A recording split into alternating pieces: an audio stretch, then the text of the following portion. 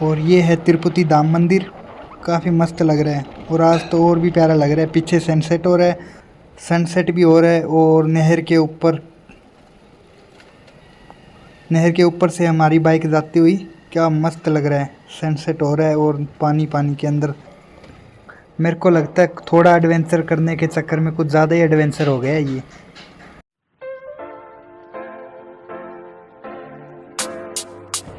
Hello guys, welcome back to my another blog. आज हम फिर से हिसार से निकल चुके हैं हमारे गांव जाने के लिए और पूरा हिसार हमने क्रॉस करके वीडियो शूट करना स्टार्ट किया है और निकलते हैं अपने गांव जाने के लिए। चलो चलो। और जो सामने टेंपल दिख रहा है, गुरु रविदास हॉस्टल है ये जो सामने दिख रहा है, काफ़ी सुंदर बन गया अब तो। इसमें मैं काफ़ी पहले 6 महीने इसमें रहा हुआ हूँ। काफ़ी अच्छा हॉस्टल है ये भी और अब तो और भी सुंदर बन गया। क्या मस्त लग रहा है। बाकी निकलते हैं अपने गांव जाने के लिए। हे गौ माता, आप कहाँ बीच में आ रही हो? और ये ऑटो वाला भी कहाँ से लेकर आ रहा है बीच में, देखो। ये जो आगे अपने भैया चल रहे हैं, ये पूछ रहे हैं कि आप मोटो व्लॉगिंग करते हो क्या? मैंने बोला हाँ, और निकल गए हैं अपने से आगे ऐसे पूछकर। कोई कुछ जवाब ही नहीं दिया। मैंने पूछा था कि आप भी करते हो क्या, इस बात का कोई जवाब ही नहीं दिया इन भैया ने तो। बाकी चलो कोई ना, हम भी निकलते हैं अपनी जर्नी कंप्लीट करने के लिए। चलो चलो। बाकी आज का मौसम बहुत अच्छा है, इतनी गर्मी नहीं है।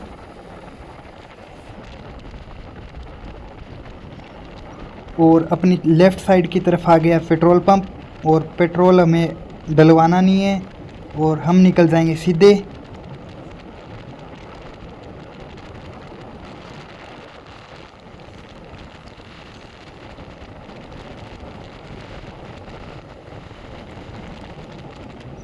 और यहाँ से मैं हर बार इंडियन फ्लैग दिखाता हूँ और इस बार भी दिखाऊंगा। यहाँ का इंडियन फ्लैग काफ़ी मस्त लगता है, हवा में लहराता ही रहता है। मस्त, क्या मस्त लग रहा है। सारे जहाँ से अच्छा हिंदुस्तान हमारा।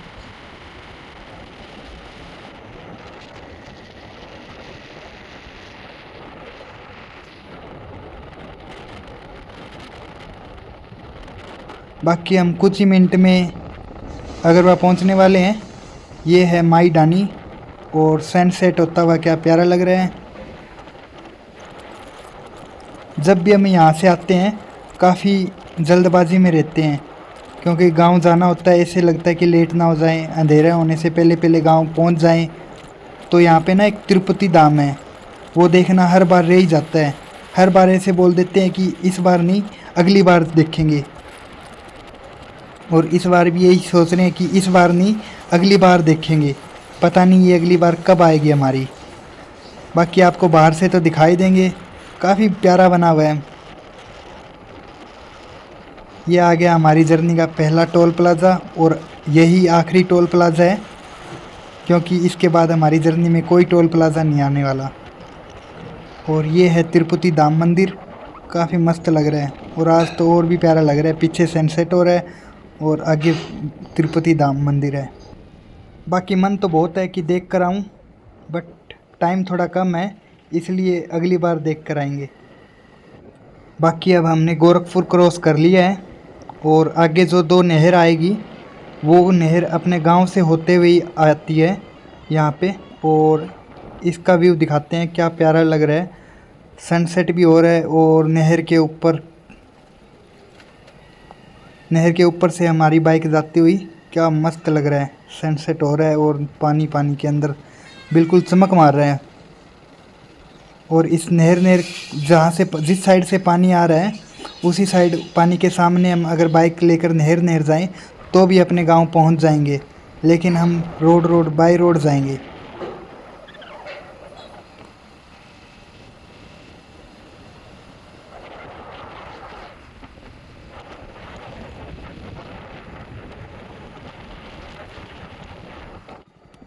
बुन्ना शहर क्रॉस कर कर जब सनियाना गांव आता है तब वही नहर वापस आती है जिस नहर की हम थोड़ी देर पहले पीछे बात कर रहे थे।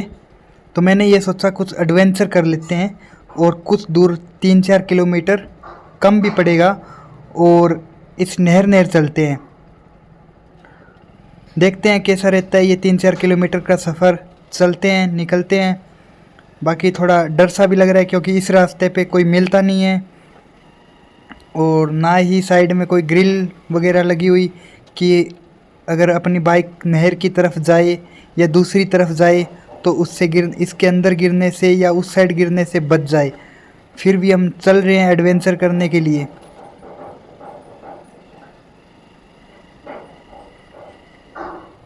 बाकी अच्छा तो लग रहा है नहर के किनारे पे बाइक चलाकर। अब तो मेरे को वो वाला सॉन्ग याद आ रहा है ढांडा नोली वाले का। नहर के किनारे बैठी सोचे जाऊं मायरी मैं, उसकी गली ना जाती ठीक था।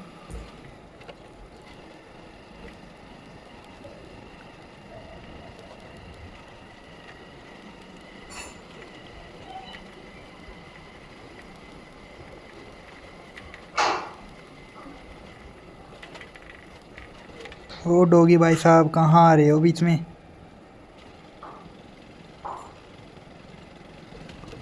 ओ भाई साहब कुछ दूर चलने के बाद पता चला यहाँ की मिट्टी भी फिसलन वाली है। अब बाइक का आगे वाला टायर है ना, कभी इधर जा रहा है कभी उधर जा रहा है, फिसल रही है मिट्टी। और यहाँ पे तो ना बिल्कुल किनारा आ गया है नहर का। ऐसे लग रहा है कि अगर फिसल के नहर की तरफ चली गई तो बस बाइक और मैं दोनों ही डूब ही जाएंगे।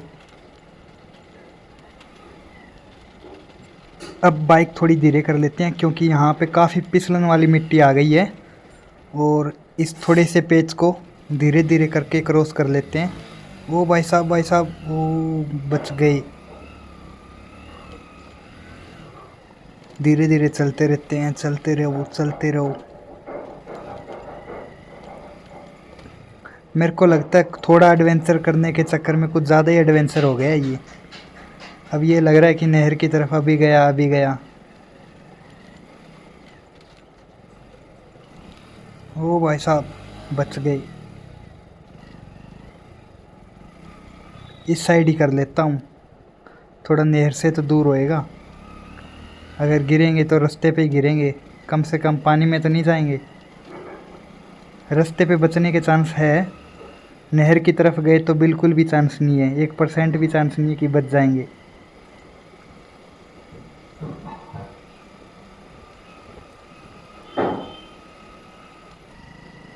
एडवेंचर वाले पड़ाव को हम पार करके अपने गांव पहुंच गए हैं और ये अपने गांव में एंट्री हो चुकी है। बाकी जल्दी से पहुंचते हैं अपने घर, मिलते हैं पूरे परिवार से। चलो।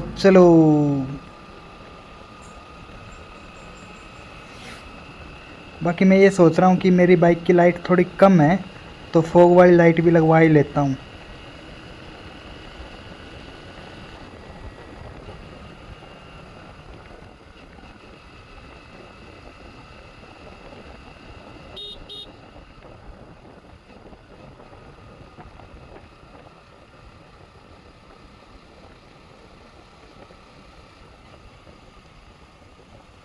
ओ भाई साहब क्या आगे पुलिस खड़ी है? अपने गांव में भी नाका लगने लग गया क्या? चेकिंग हो रही है क्या?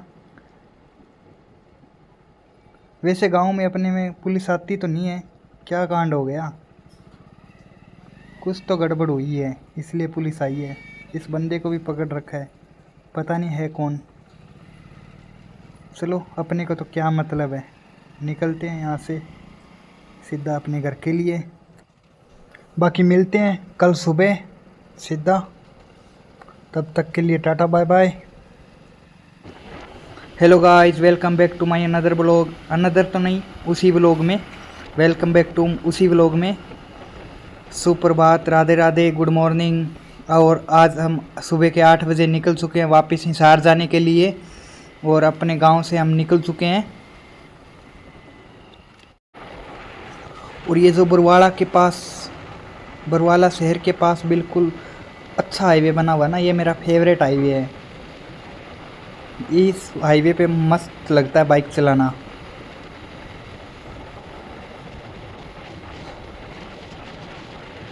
यहाँ पे ना इकट्ठे 2-3 पुल है, फ्लाईओवर। एक से उतरो, एक दूसरे पे चढ़ जाओ, ऐसे है। एक ख़त्म होएगा, दूसरा स्टार्ट हो जाएगा। इसी कारण से मेरे को अच्छा लगता है इस हाईवे पे बाइक चलाना।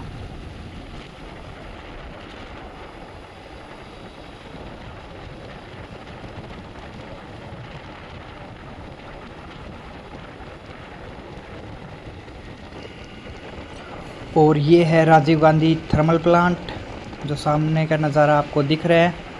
यहाँ पे बनती है बिजली कोयले से। और अब टाइम हुआ है सुबह के 9:15।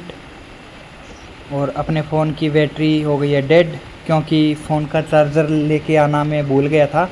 वो हिसार में ही रह गया था रूम पे कल जब आया मैं घर। तो आज का व्लॉग ये यहीं ख़त्म करते हैं। मिलते हैं नेक्स्ट व्लॉग में, तब तक के लिए टाटा बाय बाय।